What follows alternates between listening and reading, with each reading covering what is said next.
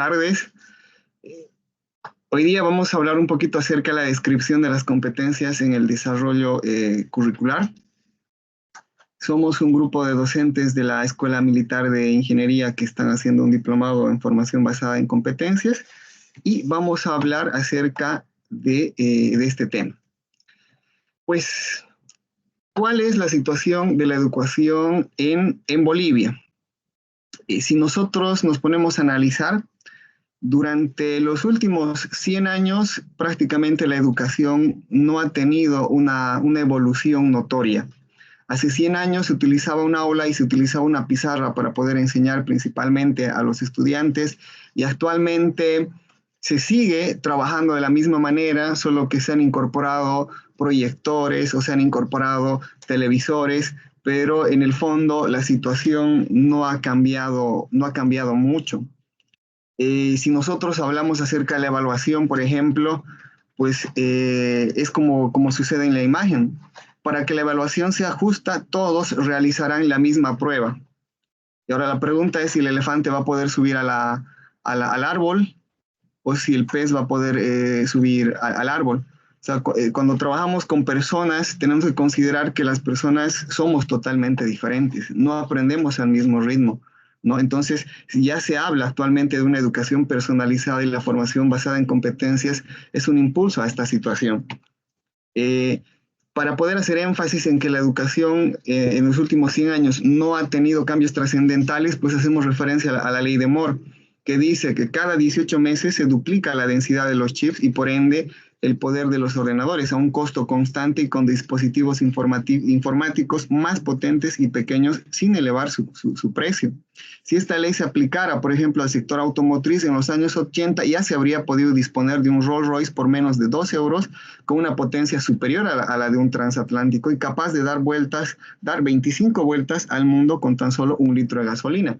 O sea, ¿cómo es que en algunos sectores que están relacionados principalmente a la tecnología evolucionan y cambian tan rápidamente? ¿Y por qué esa situación no se da en el ámbito de la educación o no se ha estado dando durante los últimos años? Pues, ¿cómo es posible que a la fecha, cómo podemos llamar a que un chico hoy de 16 años siente que aprende más en YouTube que yendo a la escuela o a la universidad? Y pues claro, en la actualidad sucede esto. No sé qué opinan ustedes, colegas. Realmente hay personas que son autodidactas, aprenden simplemente con videos de YouTube y con el Internet que está a su alcance, ¿no? Y en muchos casos, como en el sector de diseño gráfico, conozco a personas que han aprendido de manera empírica y son muy buenos en los que hacen. Inclusive, en algunos casos, resaltan más que profesionales que han estudiado diseño gráfico en alguna universidad, ¿no? Entonces, no sé, ¿qué opinan ustedes sobre esto? Yo quisiera, bueno, miren, a modo de comentario, mencionarles lo siguiente, ¿no? Hace bastante tiempo yo estaba estudiando inglés en el CBA. El CBA es una institución reconocida, todo. Y bueno, me metí ahí para obviamente aprender el inglés porque es una necesidad actualmente saber 2 idiomas y demás, ¿no? Sin embargo, si bien he logrado, digamos, alcanzar un nivel intermedio del idioma, el hecho de no practicarlo, el hecho de muchas otras situaciones hace que no mantengas el ritmo. ¿Por qué les cuento eso? Pasa que tengo o he conocido gente que sin necesidad de meterse a una institución o a un instituto de inglés reconocido, donde le certifican, donde le dan todo, logran hablar el idioma mucho mejor que incluso que yo, que he estado en un instituto. Y son personas que escuchando música en inglés, viendo películas en inglés, no sé, teniendo otro tipo de actividades tal vez más prácticas, realmente han logrado el aprendizaje significativo, digamos, del idioma, ¿no? O sea, realmente hablan. Y no voy a negar, en mi caso, por ejemplo, no es que yo, o sea, yo me defiendo, ¿no? Pero no es que hablo perfectamente en comparación con estos amigos, ¿no? Colegas, y eso es realmente, yo creo que lo que dices todo sí está pasando, ¿no? O sea, Es por esa razón que escuchas muchas veces a muchas personas como que ya no es necesario ir al colegio, ir a la universidad, o tienen ese pensamiento así muy, muy fuerte, ¿no? De, ¿para qué? Si todo está en YouTube, si puedo aprender del internet, ¿para qué voy a gastar? ¿No? Entonces, realmente pienso que sí es bien importante analizar esa parte, ¿no? Sí, en el tema de la educación, como se menciona en la ley de Moore, el tema de la tecnología es exponencial y va creciendo. El tema de la enseñanza también, las habilidades de las personas por aprender y también por enseñar. Tal vez los educadores no han tenido esa oportunidad de actualizar su forma de enseñar. Sin embargo, existen personas que ya con la habilidad que tú mencionas de que aprendo más rápido por mi cuenta y desarrollar esa habilidad de enseñar esa forma más rápida también de enseñar, ¿no? Y eso debe ser aplicado en las universidades. Nosotros que estamos viendo el tema de enseñanza en educación superior, que tiene que ir de la mano con la tecnología y en realidad con el desarrollo de todo. Vivimos en una sociedad donde todo está bastante acelerado y no por una necesidad de que todo tiene que ser rápido, no, sino que todo se va actualizando y se va dejando de lado los mecanismos antiguos y se va optando por mecanismos nuevos, ¿no? Ahí viene a hacerse un poco el tema de tal vez de hacer conciencia y de que todo el tiempo tenemos que tener ese ritmo de autoaprendizaje, que muchas veces por las no sé, tal vez por la sociedad, tal vez por la cultura, o tal vez porque esté implantado de una manera muy estricta, es de que no, se enseña así y así se debe continuar, ¿no? Sin embargo, ver la condición global que estamos viviendo para adaptarnos todo, tanto el estudiante, pero principalmente los educadores, ¿no? Claro que sí. Y pues claro, resumiendo esta situación, ¿no? O sea, podemos hacer referencia a este documental que Jürgen Klarich hace un par de años ha llevado adelante, ¿no? Y el título de este documental es Un crimen llamado educación. Un crimen que está acabando con toda una generación. Estamos metidos en un sistema que se creó hace 200 años con necesidades distintas, para situaciones distintas, con economías distintas.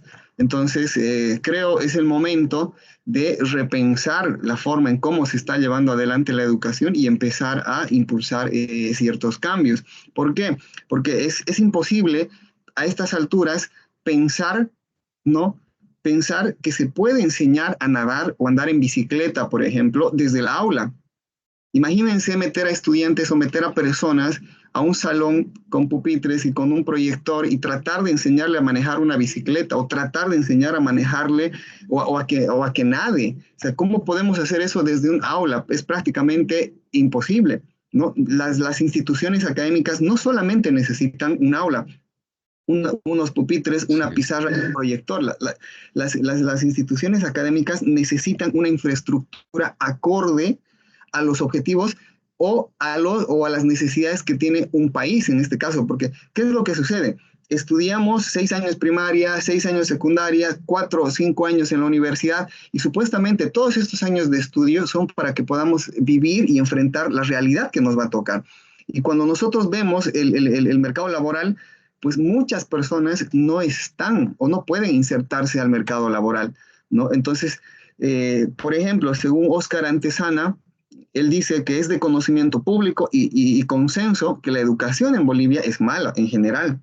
Nuestra juventud no sale debidamente preparada para afrontar exitosamente la realidad y el futuro, más aún en un mundo donde todo tiende a digitalizarse, y es lo que decía Rafael, ¿no? O sea, y también Milton.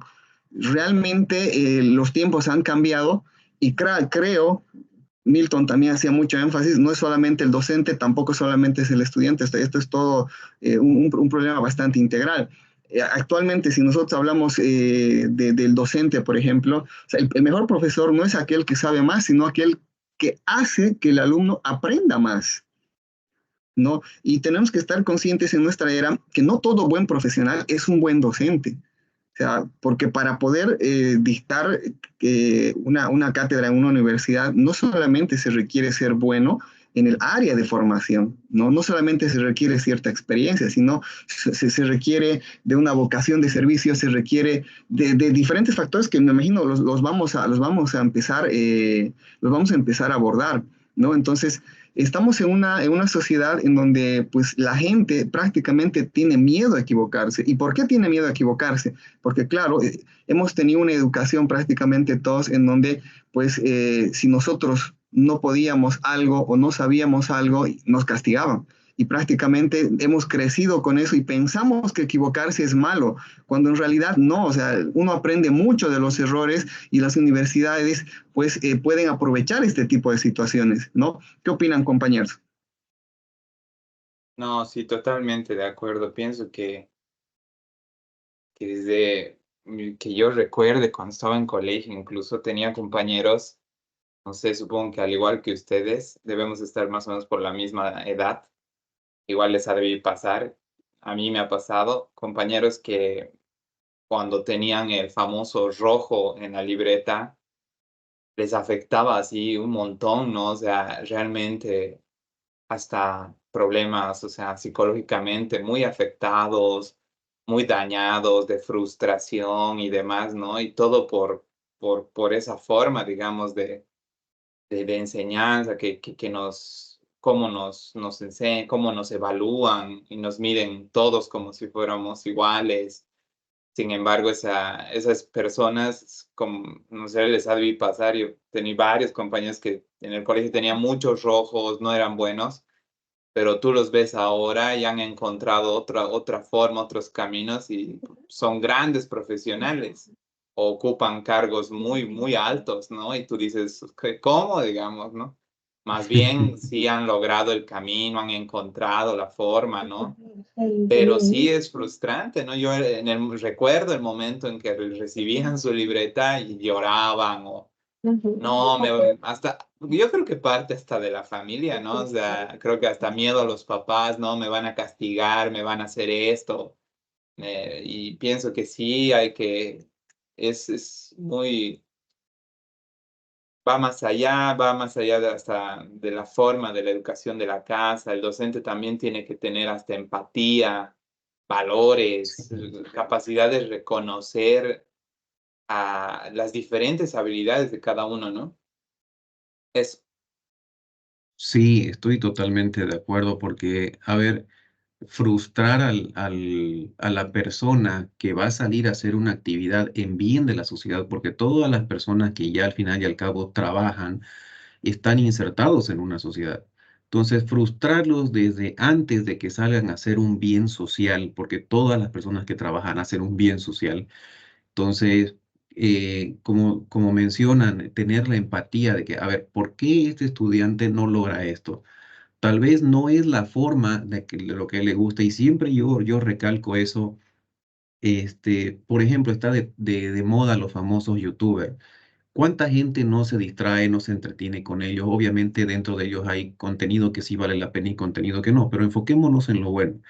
Mucha gente que tal vez antes tenía que estudiar teatro, tenía que estudiar artes, entrar a una escuela no sé, de oratoria, pero mucha de esta gente ha desarrollado esa habilidad de manera natural.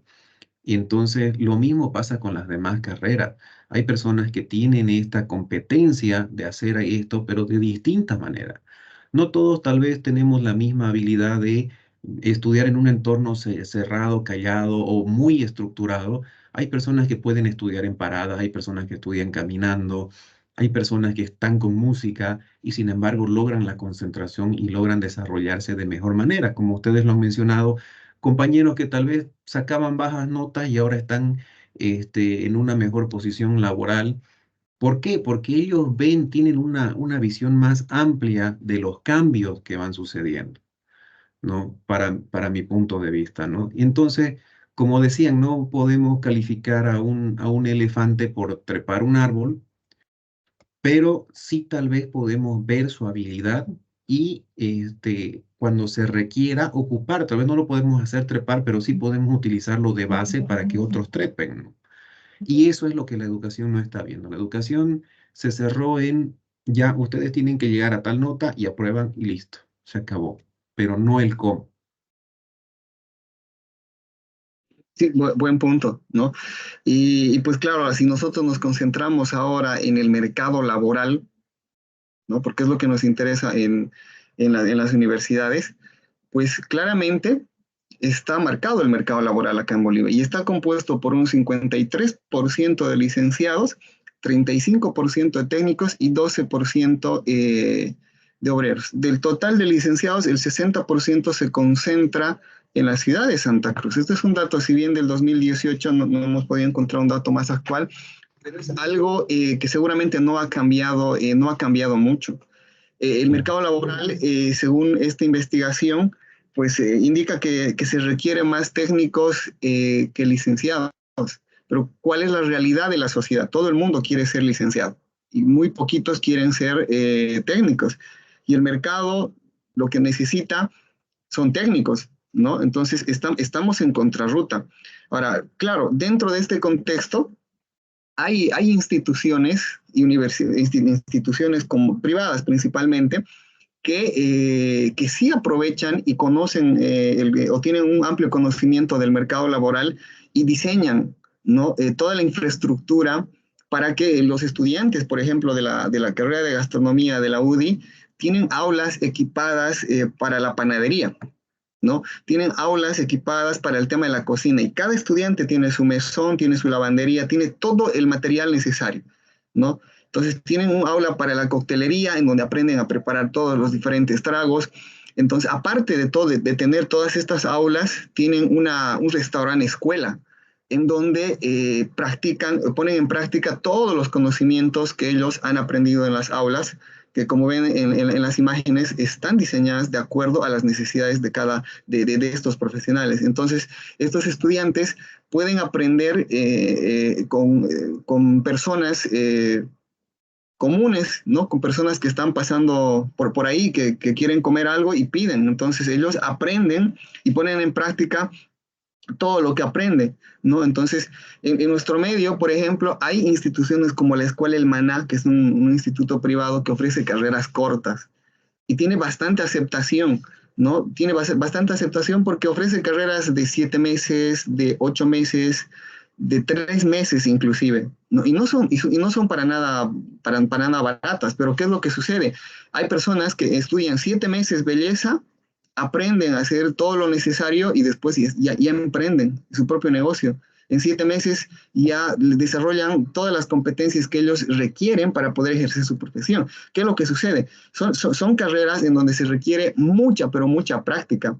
Entonces, cada estudiante, por ejemplo, ahí tiene que llevar a su propio modelo. Pues, si el instituto le va a enseñar a cortar, pues tiene que ser haciendo un corte de cabello. Si le va a enseñar a maquillar, pues cada estudiante lleva a sus modelos y de esa manera tienen excelentes resultados porque muchas de las personas que estudian ahí emprenden sus propios negocios y en algún caso les va muy bien. Entonces, ¿qué es lo que sucede cuando las universidades o los institutos tienen una correcta lectura del mercado laboral, de lo que se necesita? Pues sacan profesionales que realmente responden, ¿no? Entonces, en el caso del Maná, el tema del emprendimiento es muy notorio, muchas personas que estudian ahí emprenden. Y en el caso de la UDI, por ejemplo, hace 2 años aproximadamente, pues 3 estudiantes se fueron a España a hacer su pasantía porque el coordinador de la universidad es un español que tiene contactos en España, entonces fueron 3 estudiantes en buenos restaurantes, ¿no? Entonces hicieron su pasantía, les fue muy bien, al final estas empresas, estos restaurantes reconocidos en España les han ofrecido trabajo, ¿no? 2 de ellos se quedaron ya con un cargo. Entonces, cuando los empresarios identifican a un potencial, no sé, gerente, chef, en este caso, ellos están atentos, ¿no? Porque saben que ellos van a tener dificultades al momento de encontrar talento, sobre todo, ¿no? Entonces, ¿qué opinan de esto, compañeros?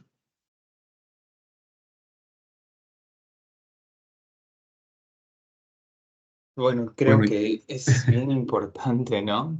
La verdad, pareciera realmente que los docentes a veces no tenemos esas habilidades de reconocer ciertas aptitudes, ¿no? De los estudiantes y parece que los mejores docentes a veces pueden ser los mismos inversionistas, los grandes inversionistas, porque ellos pues, realmente tienen un tino, ¿no? O sea, reconocen así las habilidades, pero súper bien. Eso es, creo, la enseñanza por competencia realmente. O sea, mm, reconocen eso y lo explotan, ¿no? O sea, lo forman, lo explotan más y luego ya, por eso son grandes inversionistas. O sea, hasta eso saben reconocer, ¿no?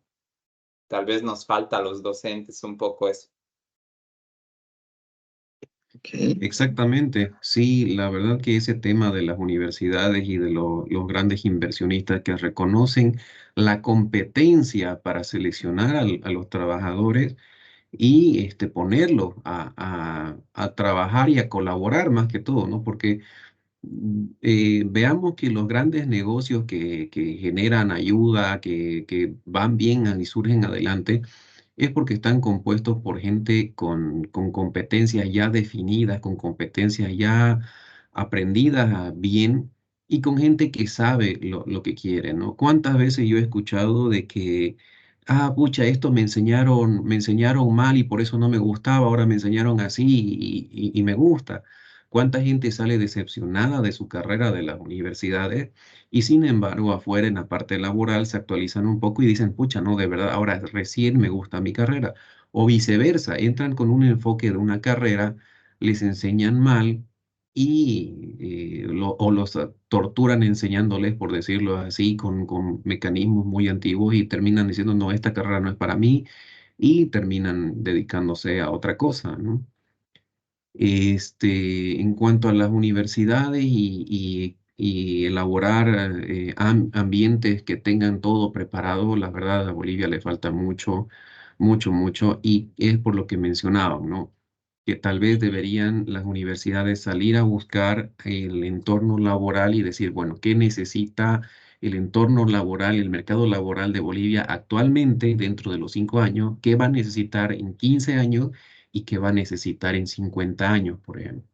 Pero no, solamente son pocas las universidades que tienen esa visión, ese enfoque, como en este caso el ejemplo de la Escuela El Maná y la Universidad UDI, que ven incluso más allá de las fronteras para generar enseñanza, contenido y educación para que la gente salga directamente a trabajar y a emprender, ¿no? Más que todo. Claro que sí, eso es lo que todos queremos, ¿no? En un país como Bolivia. Pero cuál es el problema, ¿no? El desempleo ilustrado. Los títulos se devalúan en Bolivia. ¿Por qué? Porque resulta, solamente considerando la información de las universidades públicas y privadas, o sea, nos podemos dar cuenta de que cada gestión se titulan, o sea, con título en provisión nacional, más de 41.000 profesionales. ¿No? Entre empresas, entre universidades públicas y universidades privadas, cada año se titulan más de 41.000 profesionales. Pero ¿cuál es el problema? Que el mercado laboral solo puede ofrecerle trabajo a 10.000, ¿no? Entonces, hay 31.000 profesionales que tienen su título en provisión nacional, pero que no pueden conseguir un empleo. Entonces, por eso mismo, Bolivia prácticamente tiene una economía informal, o sea, se dice inclusive que el 85% de las personas que están en edad económica activa, pues están trabajando en el sector informal. No es raro cuando uno agarra un taxi, un Uber, que el chofer sea médico, sea abogado, sea, tenga algún título profesional, pero como no puede encontrar un trabajo, entonces se las tiene que ingeniar para poder sobrevivir. Entonces, ¿dónde van a ir a trabajar todos los jóvenes que cada año se gradúan como profesionales? Y si estos no tienen las competencias que requiere el mercado, difícilmente se van a poder insertar. O sea, sus flamantes y vistosos títulos les ayudarán a abrir puertas que tanto soñaban ellos o sus progenitores. O sea, algo está pasando, ¿no? Y las universidades no están respondiendo a ese mercado laboral.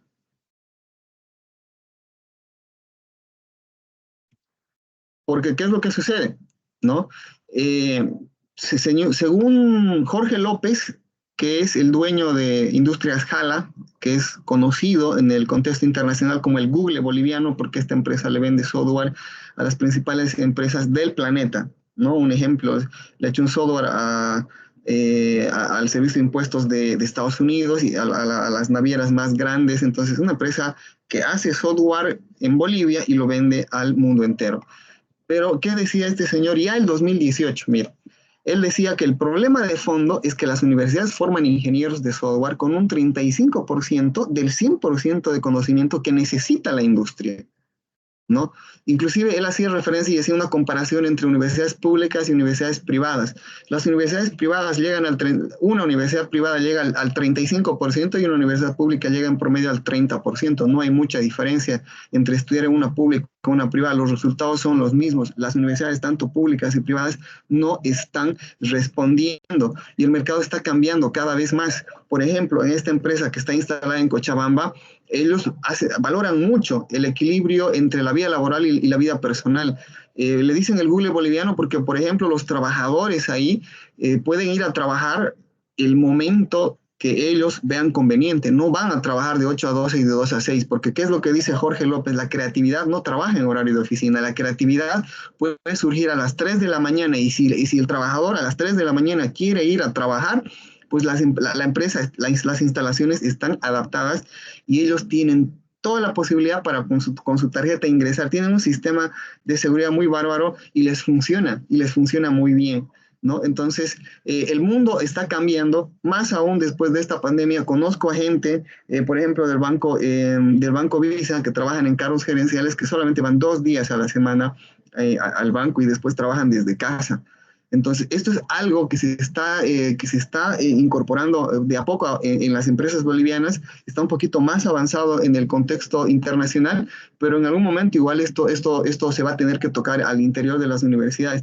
Pero si nosotros no respondemos, o si las universidades no responden a esa demanda laboral que es necesaria, pues difícilmente nos va a pasar como en España. El 80% de las empresas no encuentra los empleados cualificados que necesitan, ¿no? Entonces, nosotros vamos a estar en esa situación. Milton, adelante, por favor. Sí, quería acotar a lo que dices de esta empresa Jala. A ver, es una necesidad realmente de Bolivia de generar negocios, de generar trabajo, y tal vez eso es lo que estanca igual un poco a que las universidades puedan enfocarse más en las competencias. Como ejemplo, tengo entendido una breve historia de Las Vegas, por ejemplo, que era una ciudad desierta, que era una ciudad, mencionaban que era un basurero, pero sin embargo, la gente del lugar o de Estados Unidos se dio cuenta de que tenían una necesidad de ese lugar por crecer, por ayudar económicamente. Al final y al cabo, Las Vegas es uno de los pocos lugares, tengo entendido, donde se permiten cierto tipo de apuestas, ciertos tipos de juegos, donde lo han legalizado y han dicho, bueno, aquí sí puedes hacer eso, aquí sí va a haber este tipo de negocio y formalizarlo, ¿no? Eso solamente lo estoy tomando como ejemplo. Aquí en Bolivia, en el tema, en el sector laboral, empresarial y productivo, las empresas tienen que pagar altos niveles de impuestos, tienen que pagar altas ciertas cosas que tal vez no permiten de que el emprendimiento desarrolle y se ponga esa mano de obra, porque cada día nacen personas con distintas habilidades y mejores habilidades, pero los negocios no surgen para ocupar esas personas. Entonces, es complicado a nivel local. Lo bueno sí es de que tenemos muy buena mano de obra. Somos reconocidos a nivel mundial de que muchos bolivianos se van a España, se van a Estados Unidos, están trabajando en la parte de construcción, están trabajando en la parte de ventas, que todo negocio necesita vender. Entonces, tenemos las competencias. Lo que nos faltaría es un poquito más de apoyo de, de todo lo que engloba nuestra sociedad como boliviano, ¿no? Okay. Pues bueno, claro, en ese sentido nosotros como país tenemos que estar conscientes de que para poder producir cualquier bien o cualquier servicio necesitamos de 4 factores, de los 4 factores de producción. Entonces, para poder producir cualquier bien o servicio necesitamos trabajo. necesitamos tierra, un lugar donde instalar la universidad, la fábrica, lo que fuera. Se necesita capital, ¿no? Y se necesita también tecnología. Eso es la tecnología ligada a los conocimientos, a ese know-how que te pueden generar todas las empresas.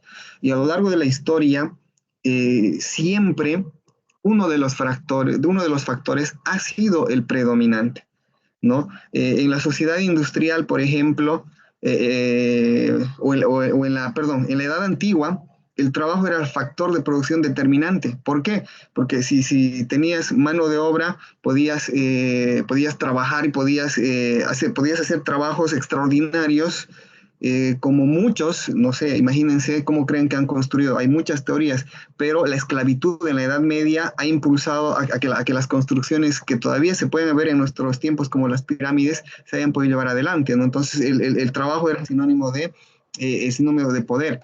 En la revolución industrial, el capital fue el factor predominante, ¿no? En la Edad Media, cuando la economía estaba basada en la agricultura, el que tenía tierra era la persona que podía producir mucho, ¿no? Y en la actualidad, que estamos, ya pasando de una sociedad de la información a una sociedad del conocimiento, pues el foco está en la tecnología. Y las empresas que están conscientes de esta situación, pues les está yendo muy bien. Por ejemplo, ¿qué es lo que ha pasado con Yaigo en su momento? O sea, una empresa cruceña que justamente cuando intentó lanzarse al mercado, vienen los alemanes con pedidos ya y entran al mercado cruceño. Y Yaigo, una empresa que recién estaba iniciando, no tuvo la fortaleza para poder pelear con Yaigo o competir en el mercado del delivery. Entonces, ¿qué ha hecho Yaigo? Se fue a Oruro, se fue a Tarija, se fue a las pequeñas ciudades y empezó a probar su producto, su servicio. Mejoraron y al cabo de 2 años, cuando ya estaban listos y dijeron, ya estamos listos, ahora podemos competir a pedidos ya y al que venga. Se vuelven a Santa Cruz.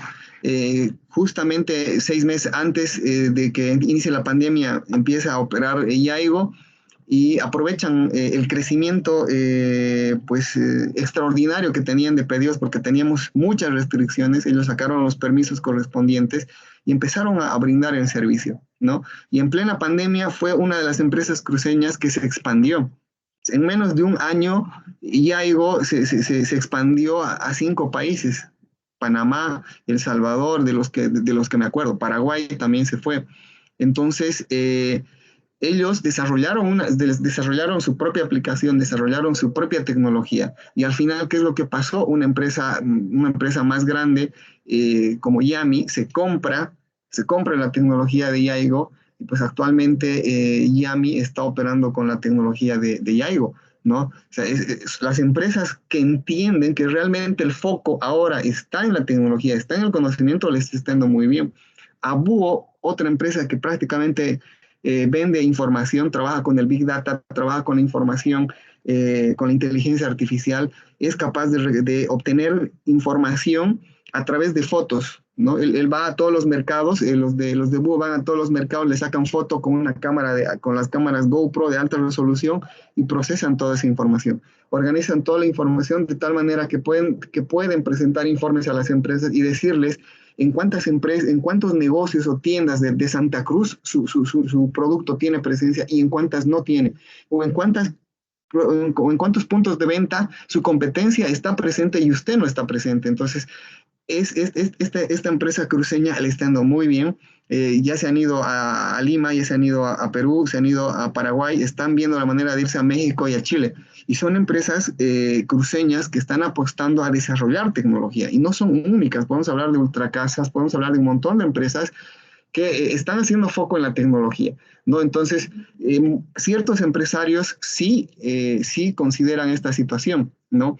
Y les está yendo muy bien. Y las universidades tienen que tomar en cuenta todo este tipo de situaciones. Porque ¿qué es lo que pasa? A lo largo de toda la historia de los últimos 50 o 60 años, se ha estado tratando de estudiar. Por eso es que se habla de las teorías de aprendizaje, ¿no? Cómo se produce el aprendizaje. Y hay diferentes teorías que explican cómo las personas aprenden. Por ahí está, por ejemplo, el conductismo, el cognitivismo, el constructivismo y el conectivismo, inclusive con el tema de la pandemia, se creó esta nueva teoría, ¿no? Entonces, todas estas tratan de explicar cómo aprenden las personas. Y hay una teoría bastante interesante que habla, que es un autor latino, Tobón, que habla acerca de la socioformación, ¿no? Une dos términos, la sociedad y la formación. ¿Qué es lo que nos dice? La socioformación es la base de la formación basada en competencias. ¿Por qué? Porque la socioformación para Tobón es un paradigma o un enfoque que busca la formación integral de los estudiantes a partir de la resolución de problemas, ¿no? Pero problemas del contexto, o sea, entonces los problemas que tienen los peruanos posiblemente no sean los mismos problemas que tenga que enfrentar el profesional acá en Santa Cruz. Entonces, cuando se hace referencia a una formación integral, Tobón hace referencia a que las personas tienen que saber conocer, tienen que saber hacer, tienen que saber ser y tienen que saber convivir, ¿no? Entonces, es muy importante, acá ya entramos en el tema de las competencias y tenemos que definir qué es una competencia. Las competencias son actuaciones integrales ante actividades y problemas del contexto con idoneidad y compromiso ético, integrando el saber ser y el saber hacer desde una perspectiva de mejora continua. Entonces, todos los profesionales no solamente tienen que desarrollar conocimientos, ¿no? Es importante los conocimientos, la teoría es importante. Uno aprende, cuando uno lee un libro, pues aprende de la experiencia y los conocimientos de las otras personas o del mismo autor. Entonces, desarrollar conocimientos es muy importante, pero no es suficiente. O sea, para poder ser competentes, para poder desarrollar las competencias necesarias, aparte de desarrollar el saber ser, necesitamos saber hacer las cosas. No necesitamos desarrollar el talento. Entonces, la mayoría de las universidades se concentran en la teoría y muy poquito en la práctica, ¿no? Y pues si nosotros nos ponemos a pensar, no, los profesionales necesitan tener conocimientos y también poner en práctica esos conocimientos, pero tampoco es suficiente eso, ¿no? Porque la formación basada en competencias establece que las personas, aparte de saber y conocer, o aparte de saber hacer y desarrollar esas habilidades, pues tienen que desarrollar actitudes y valores, tienen que saber ser y tienen que también saber convivir, ¿no? Entonces, ¿de qué nos sirve, por ejemplo, un médico que tenga excelentes conocimientos y sea bastante hábil si no sabe tratar a la gente? O sea, ¿cuántos médicos hay, por ejemplo, que cuando uno va a visita al médico, en vez de darle un asesoramiento, no sé, que permita, pues, levantar el ánimo a las personas, en vez de decir algo bueno o algo positivo, les riñe? O sea, porque tienen una actitud negativa y muchas veces no tienen esa empatía, no se ponen en el lugar de la otra persona. Entonces, y ahora estamos en un mundo en donde pues las empresas prácticamente están buscando talento, ¿no? O sea, cuando nosotros hablamos de personas talentosas, por ejemplo, hablamos de personas, no se nos viene a la mente posiblemente Messi, Cristiano Ronaldo, algún cantante, o sea, son personas talentosas, pero ¿por qué son personas talentosas? Porque tienen conocimientos. Cristiano Ronaldo o Messi también igual, los han estudiado y son personas que tienen esa capacidad de tomar decisiones en microsegundos. O sea, ellos tienen conocimientos, ellos tienen habilidades y también tienen una actitud en donde a los equipos que van siempre son bien recibidos. Entonces, las empresas están buscando personas talentosas, personas dotadas de competencias, de habilidades y de conocimientos, ¿no? Entonces, esto es a donde tenemos que apuntar hoy en día, pues desde el punto de vista del talento humano, uno de los referentes es Hidalberto Chavenato, un brasileño que define prácticamente a qué se refiere el talento. Y Chavenato nos dice que una persona talentosa tiene que tener conocimientos, ¿no? Que tiene que desarrollar habilidades y que también tiene que tener una actitud, ¿no? Y sumado a eso, tiene que tener esa capacidad de discernir y tomar decisiones, o sea, tiene que tener esa habilidad de tomar decisiones a través de un juicio, ¿no? Entonces, y si se dan cuenta, no es solamente Chavenato, o sea, porque esto de la formación basada en competencias ha estado basado bastante en el ámbito de las teorías de la administración, por eso que Chavenato ya habla acerca del talento y cabalmente coincide con el tema de las competencias. Por otra parte, Víctor Coopers también, un conferencista español bastante famoso, nos presenta su fórmula de cuál es el valor de las personas. Y Víctor Cooper nos dice que el valor de las personas es la suma de C más H por A. ¿Qué es la C? Es el conocimiento. Todas las personas tenemos que desarrollar conocimiento. ¿Qué es la H? La H suma, dice, ¿tienes conocimientos? Bueno, estás bien. ¿Y tienes habilidades? Sí, estás bien, porque el conocimiento suma, las habilidades suman, pero la actitud multiplica. ¿No? O sea, puedes tener conocimientos, puedes tener habilidades, pero si vos no tienes una actitud positiva, capaz de influir de manera positiva en el resto, o sea, en vez de levantar a tu grupo, a tu empresa, o sea, los puedes desanimar, ¿no? Entonces, ¿qué es lo que opinan sobre esto, colegas?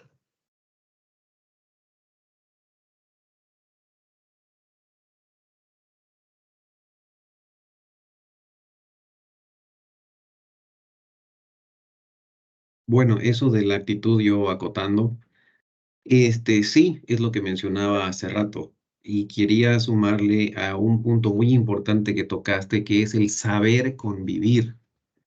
Saber convivir es ver lo que le afecta y no le afecta a la otra persona, ver sus defectos, ver sus cualidades y en base a eso empezar a desarrollar las nuevas habilidades y suplir las necesidades, en este caso con trabajo, ¿no? Con gente que sepa salir ok, muy bien, estoy en este grupo y este grupo se maneja de esta manera, necesita esto, el ejemplo que decías, Vladimir, de que tal vez las necesidades de la gente en Perú no es lo mismo que en Bolivia, ¿no? Sumando a eso el uso de la tecnología. Estamos muy, muy limitados al uso de la tecnología. Igual, por experiencia propia sé de que en Bolivia tratar de implementar tecnología, importar tecnología, ya sea desde tractores, ya sea todo lo que sea tecnología, tiene un alto costo, tiene demasiado alto costo, que al final y al cabo nuestros profesionales o nosotros mismos tenemos que del extranjero ver maneras, formas de conseguir para capacitarnos, porque si lo hiciéramos de manera local, pucha, creo que no avanzamos nunca, ¿no? Y hoy en día está muy de moda el tema de la inteligencia artificial, que nos permite no solamente dar ese salto de aprender. Hoy en día muchos estudiantes agarran y consultan a las inteligencias artificiales y hay ese pequeño paradigma de que, ¿y qué aprende el estudiante si todo lo está haciendo la inteligencia artificial? Tal vez eso es lo que necesitamos, ya no tanto tiempo, ya no perder tanto el tiempo en hacerlo a mano, pero sí saber utilizar las herramientas, ¿no? Y ahí es donde viene la actitud, mi actitud de poder utilizar las herramientas, mi actitud de poder actualizarme y hacer uso de las cosas que en muchos lugares de Bolivia están todavía cerrados a eso. Así es, ¿no? Sí, Entonces, me adelante, gustaría, adelante, Rafael, te escuchamos. sabes, quería comentar, parecería, mira, la verdad he visto en la universidad, al igual que ustedes, como igual son docentes, pero he visto algo que creo que estamos yendo tal vez en contra, ¿no? En las universidades y creo que eso está mal. A qué me voy? Por ejemplo, tocan el tema de la inteligencia artificial. Como docentes tenemos que ser bien conscientes que eso ya es una herramienta hasta básica, creo que para los estudiantes. Y me parece absurdo que querramos no reconocer que los estudiantes no van a utilizar inteligencia artificial si se les da un trabajo de investigación. Y he visto muchos docentes que agarran y han encontrado la forma de detectar que el trabajo lo ha hecho con inteligencia artificial. Y le llama la atención al estudiante, le dice, no, vos tienes 0 porque has hecho con inteligencia artificial y tu trabajo ya está hecho. Y yo digo, ¿cómo? O sea, si estamos en un sistema queriendo mudar al tema de las competencias, ¿por qué le tenemos que como que sancionar al estudiante por haber utilizado inteligencia artificial? Exacto. O sea, me parece que estamos yendo en contra, ¿no? Muchos docentes ya en vez de, no sé, de ver una forma de decirle al estudiante, ok, has utilizado inteligencia artificial, a ver, comentanos un poco cómo lo has hecho, aunque sea, ¿no? A ver, explícame un poquito, o cómo has puesto por último, qué has puesto para llegar a esa conclusión, digamos, ¿no? Tal vez no sé, esa sería la forma, no decir, buscarme una herramienta de que, vos has hecho con inteligencia artificial, tienes 0 en tu trabajo. O sea, ya me parece bien contradictorio, estamos yendo en contra, o sea, sabemos que está cambiando, sabemos que estamos evolucionando, sabemos que eso ya es un hecho, que hasta los mismos profesionales utilizan la inteligencia artificial hasta para hacer como consultorías, trabajos de consultoría.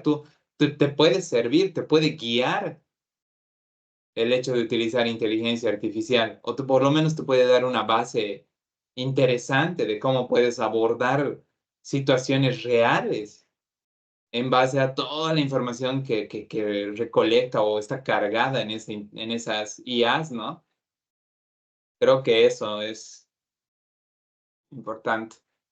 No, claro, claro que sí, mire, Rafael y Milton, o sea, tocan un tema bastante importante. Miren, yo, por ejemplo, he buscado información sobre esto ¿qué es lo que decía Jensen Huang, que es el CEO de NVIDIA? Es una de las personas, una de las 20 personas más ricas del planeta. Y este señor hace un par de semanas, ni siquiera es meses, hace un par de semanas, en una entrevista dijo, a estas alturas nadie debería aprender a programar. O sea, y uno dice, ¿por qué? O sea, ¿por qué ya nadie debería aprender a programar? Porque la IA lo hará por nosotros. O sea, en una época en donde nosotros ahorita se dan cuenta, todo el mundo estamos apuntando a que hay que aprender a programar. Conozco colegas del área financiera que están enseñando y están incentivando a sus estudiantes a aprender de programación. Conozco a profesionales de estadística, por ejemplo, que dicen, miren, ahora ya el software R utiliza un lenguaje de programación, tenemos que aprender a programar. Entonces, la gente, muchos profesionales se están volcando a aprender a programar. Pero cuando uno de los referentes de tecnología, uno de los referentes de inteligencia artificial de NVIDIA nos dice, eso lo va a hacer la IA. Y actualmente hay IAs, que creo que Rafael también tiene incluso un ejemplo de eso, hay IAs de que te permiten corregir inclusive el código de un lenguaje de programación que vos estás llevando adelante. Entonces, si nosotros nos ponemos a analizar, fíjense, los estudiantes muchas veces ya sea fuera de la universidad o con ayuda de YouTube, están desarrollando ciertas habilidades que posiblemente los docentes no nos estemos dando cuenta, lo que decía Rafael. El hecho de que aprenda a manejar la inteligencia artificial pues, le va a servir de mucho, ¿no? Personalmente yo motivo mucho a los estudiantes a que utilicen la IA para poder generar ideas de negocio, para poder elaborar perfiles de proyecto. No es copiar y pegar, sino es buscar información necesaria. Entonces, todas las personas que quieran formarse bajo este modelo o todas las universidades que quieran incorporar la formación basada en competencias tienen que considerar por lo menos estos tres, ¿no? Porque el saber convivir se puede incorporar dentro del saber ser. Entonces, la mayoría de las instituciones que están aplicando esta formación basada en competencias se centran en el saber hacer y en el saber ser. Entonces, tenemos que estar conscientes que el saber no es nada estático. No es que yo ya aprendí la carrera, ya me gradué, ya me la sé todo y nadie me gana. No, o sea, el conocimiento cada vez se actualiza y los profesionales tienen que estar conscientes de eso y las universidades también para que sus docentes también estén actualizados, ¿no? Entonces, el saber hacer, pues, es muy importante, pero ¿cuándo demostramos que sabemos hacer normalmente? Después que nosotros estudiamos una carrera 4 o 5 años, ¿y dónde vamos a demostrar que sabemos hacer? En la práctica, en el terreno, ¿no? Y por eso es muy importante que las universidades incorporen dentro de sus procesos de formación la parte práctica, con software de simulación empresarial, por ejemplo, para que los estudiantes de carreras como administración, contaduría, ingeniería comercial puedan poner en práctica sus conocimientos en espacios controlados. Para poder aprender un avión, antes de subirte a un avión y tener la posibilidad de estrellarte, utiliza simuladores. ¿Por qué nosotros en el ámbito empresarial no podemos utilizar y desarrollar ese tipo de simuladores? Lo podemos hacer, solo necesitamos un poquito de voluntad.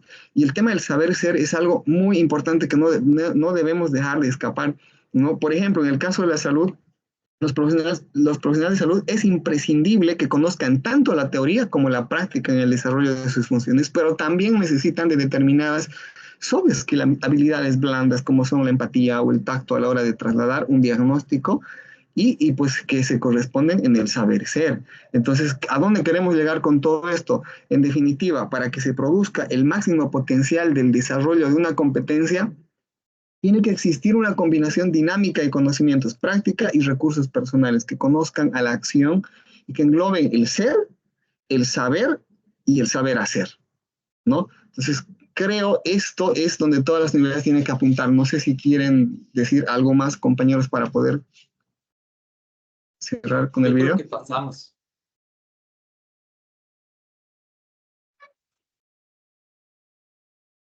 Ok, ¿no? Entonces, No sé, bueno, Vlad, sí, yo creo que podríamos pasar ya tal vez un poquito a la parte final. Sí, sí, sí, sí. sí. ¿Qué te parece, Rafael, si nos concentramos en el ejemplo? Sí, sí, sí, como lo mencionabas, ¿no? Yo creo que ya para ir cerrando, hemos visto y es evidente que el mundo está cambiando y que tenemos que adaptarnos a diferentes tipos de herramientas y sobre todo tecnológicas, ¿no? Lo que queremos mostrarles o vamos a mostrar ahora en esta discusión que hemos tenido es una forma incluso de aplicar o utilizar inteligencia artificial para crear algunas diapositivas. Voy a compartir la pantalla y con eso les muestro y Perfecto. Muy bien.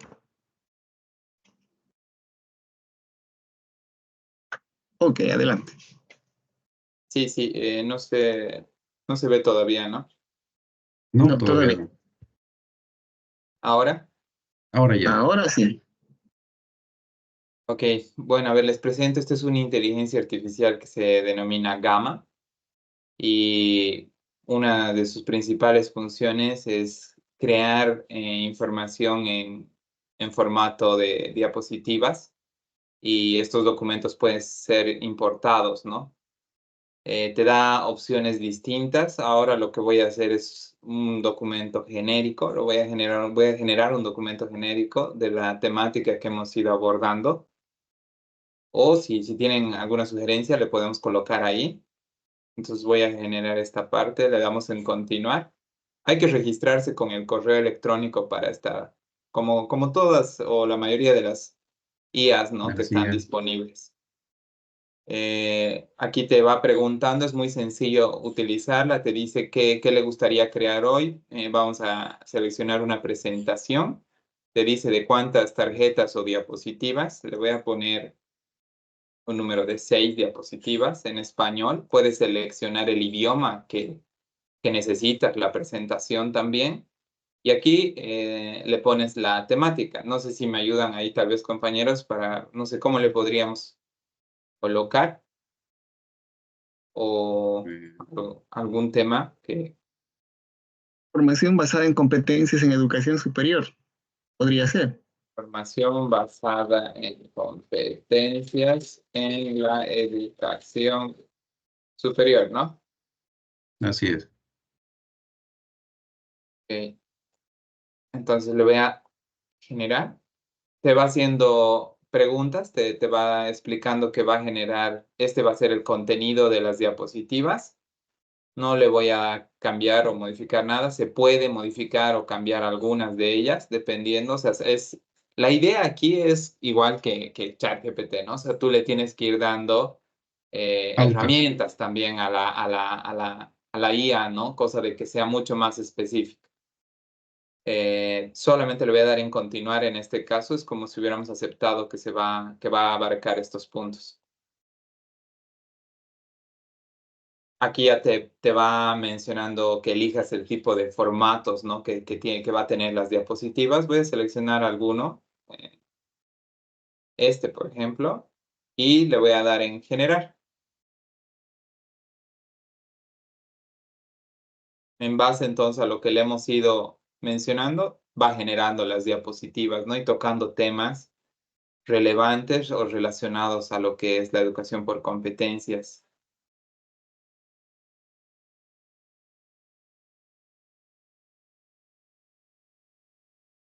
Bueno, aquí está. Miren, va haciendo una introducción sobre la formación basada en competencia en la educación superior, conceptos generales, ¿no? Dice, por ejemplo, se enfoca en desarrollar las habilidades, conocimientos, actitudes necesarias para que los estudiantes puedan desempeñar con éxito en sus futuros roles profesionales, ¿no? Lo que hemos ido hablando. Eso busca la formación por competencias. Aquí los beneficios. Te da el diseño de programas educativos por competencias.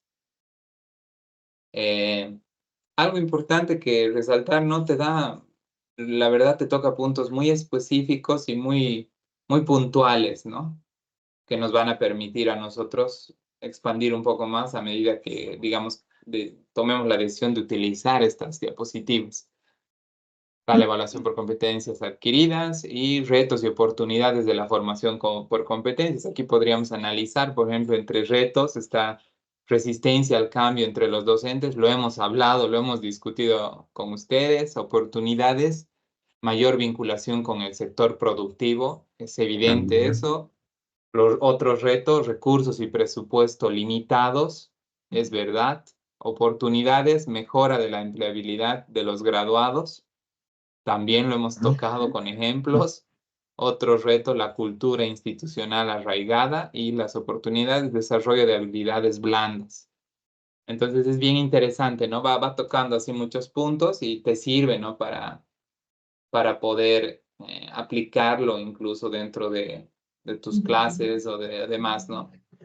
Creo que ese sería el ejemplo que les quería mostrar y con eso creo que estaríamos, ¿no? No sé si quieren algo opinar ustedes igual. No, me parece No, Compañeros. muy interesante. Adelante, adelante, no te sí, preocupes. mira, yo nunca he sido bueno en el tema creativo de diseño y demás, y esto ahorra bastante tiempo, tanto a los Mm, estudiantes, porque yo he tenido la mala experiencia en colegio de que ya van a hacer sus presentaciones o en la universidad, y ahí voy a ver su creatividad. Si bien es bueno tener una creatividad de diseño, pero también ahora ya teniendo esto facilitar para enfocarse en el conocimiento o desarrollar otras habilidades, ¿no? Algo que se me ocurre, mira, con esto es, por decir, alguien que está emprendiendo un negocio y necesita hacer una presentación y no ha tenido la oportunidad de aprender a diseñar en ujú. PowerPoint. O sea, esto es totalmente una herramienta increíble. Y como mencionaba Vladimir, ser reacios o tú, Rafael, creo que mencionabas de que los profesores van en contra de utilizar estas cosas. Wow, wow. Yo la voy a utilizar. Me diste una buena herramienta. Sí. Con seguridad que sí, mire, y esto igual se aplica, pues, porque para poder aprender a hacer todo lo que ha hecho, ¿no? Rafael, él necesita conocimientos y él necesita desarrollar la habilidad, pues, de dominar esa plataforma, ¿no? Entonces, también tiene que actuar de manera ética al momento de, pues, no apropiarse del conocimiento ajeno. ¿No? Entonces, este tipo de herramientas que tienen que ver con el uso de inteligencia artificial requieren del saber hacer, del saber ser. Mientras más Exactamente. información nosotros le incorporemos a la IA, pues nos va a dar mejores resultados. Pero yo tengo que tener una base sólida. Yo no puedo esperar que la IA me lo haga todo, sino yo tengo que conocer. Por ejemplo, ahí nosotros podríamos incorporar y decirle, señores, o bueno, inteligencia artificial, por favor, tómame en cuenta a Tobón o tómame en cuenta a este otro autor y también hacía énfasis en el enfoque latino o el enfoque europeo. Entonces, mientras vos más Exactamente. información, pero para eso tienes que conocer la temática y tienes que desarrollar las habilidades. Entonces, se dan cuenta, no es solamente saber, sino también es saber hacer, pero también es saber ser.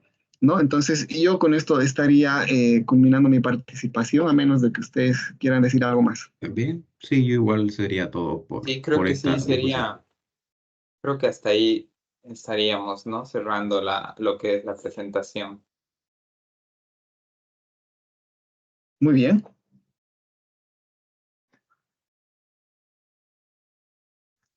Ok. Ok, voy a dejar de grabar y creo que con eso cerraríamos.